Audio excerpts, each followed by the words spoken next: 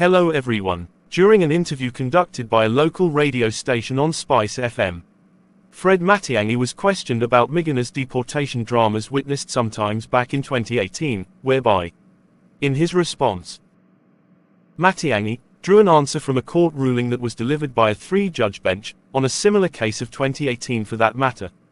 According to the ruling delivered by a 3-judge bench, led by Justice Isaac Lenaula, prescribed how someone could regain their citizenship after renouncing it, even in a case whereby the old constitution did not actually have a provision for dual citizenship, and many countries required one to renounce their original citizenship for that matter. A ruling by Justice Lenaula when he was in the High Court. I mean, go to the records and read it. There's a ruling by Justice Lenaula prescribing how you would regain your citizenship when you had renounced it. Because in the old constitution, we did not have a provision where you would be a citizen of 2 countries. And many countries insisted that for you to be given citizenship of another country, you had to renounce your own citizenship in another country, in your country. So then this matter was so contested, it went to court. There is a High Court ruling directing the Ministry of Interior and the Immigration Department, literally providing a prescription on how that would be done. So the question is this: you act this way, you violate that ruling. You act that way, you violate, you have problems with the ruling. According to the insights of 2018 in Miguna's deportation saga, this matter was highly contested and was taken to court for the petitioners to pursue justice. The High Court ruling directed the Ministry of Interior and the Immigration Department on how this could be done systematically. But again, Matiang'i also introduced a simple form in the Immigration Department to help Kenyans who had renounced their citizenship in the 1980s on how they could regain their citizenship again more faster in less than 2 minutes. When the Miguna dramas unfolded at JKIA, about 200,000 Kenyans had regained their citizenship through that simple form, but Miguna refused to follow the procedures, only to cause dramas by attracting sympathy. We ourselves came up with a very simple form at the Department of Immigration to enable Kenyans who had renounced their citizenship because of those challenges of the 80s and so on, to gain citizenship very easily. The form will take you probably a minute and a half to fill. By the time that drama was unfolding here at the airport, about 200,000 Kenyans had already gained their citizenship through that simple little form, that is some miserable little form that people would just sign and go along with it. According to Fred Matiang'i's explanation, Miguna was traveling on a Canadian passport to Nairobi, and he expected to enter JKIA using an ID card, which of course could not happen. Consequently, the authorities at JKIA tried to persuade Miguna at the airport to sign the form so as to regain his Kenyan passport, but Miguna actually refused to follow the procedures. The government also sent the Director of Immigration and former Prime Minister Raila Odinga to plead with Miguna, but he still declined their pleads and ignored the processes that were laid out. Following the dramas, the government ended up contacting the Canadian High Commissioner to provide a consular service for Miguna within 24 hours, but Miguna still refused, and therefore his dramas could not work.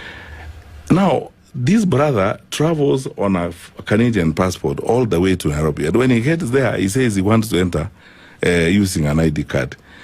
Of course, it's astounding. Of course, you know yourself that cannot happen. Then the government goes all the way, including moving Nyayo House to the airport, so that we could give him the passport. The Director of Immigration himself and everybody else. And he refuses to sign that little funny, miserable form. And then the government does everything, including sending former Prime Minister Raila Odinga to the airport to persuade him, and then talking to the Canadian High Commission in Nairobi, because he had a Canadian passport, asking the Canadian High Commissioner to extend consular services to him. So in case he feared that he would be arrested, since he arrived here on a Canadian passport, he could not be arrested because of that. So we told the Canadian High Commission, extend consular services to him, we'll give him a passport as long as he clears with the Canadian passport from the airport. Within 24 hours, he will have his passport. He refuses to do those kinds of things. You know, we are spending time as a country on an individual. Clearly, isn't it obvious the challenges we are dealing with as it is? Why on earth would you refuse to give someone a passport when already 200 and something thousand Kenyans had already regained their citizenship? on the question of disobeying court orders. Miguna's case was highly over-dramatized by media, turning trivialities into major headlines across the national media platforms. Matiang'i emphasized on a ruling delivered by a three-judge bench of the Court of Appeal that acquitted him the responsibility from the accusation of defying court orders. So it is an over-dramatization or, an over-enactment of something very simple and petty, to be honest with you. And we have lived on that. And I want to urge you and urge the rest of us in the Kenyan media and Kenyan citizens that as a country that has got serious challenges that wants to move ahead, this kind of pettiness and small trivialization of things is what is holding us back in development. We're spending our time on nothing. Actually, what we're dealing with is almost nothing. And you can tell clearly from even the way you yourself are asking the question that you haven't seen the history of this. Read Justice Lenala's ruling in the High Court when this matter began and all that. All of us were bound. In fact, at one time, I want to challenge you. At one time, when that drama was unfolding, I spoke to then Senator James Orengo. I mean, whom, as you know, is one of our top-notch lawyers. And Senator Orengo was asking me, now, Fred, how do we resolve it? I told him, my brother, I mean, you are a last resort guy to go to in terms of law. I mean, no one can wipe dust on your shoes in terms of law. Can you advise me? Just tell me some excuse under the law I would use to get that man out there. Nobody wants that drama.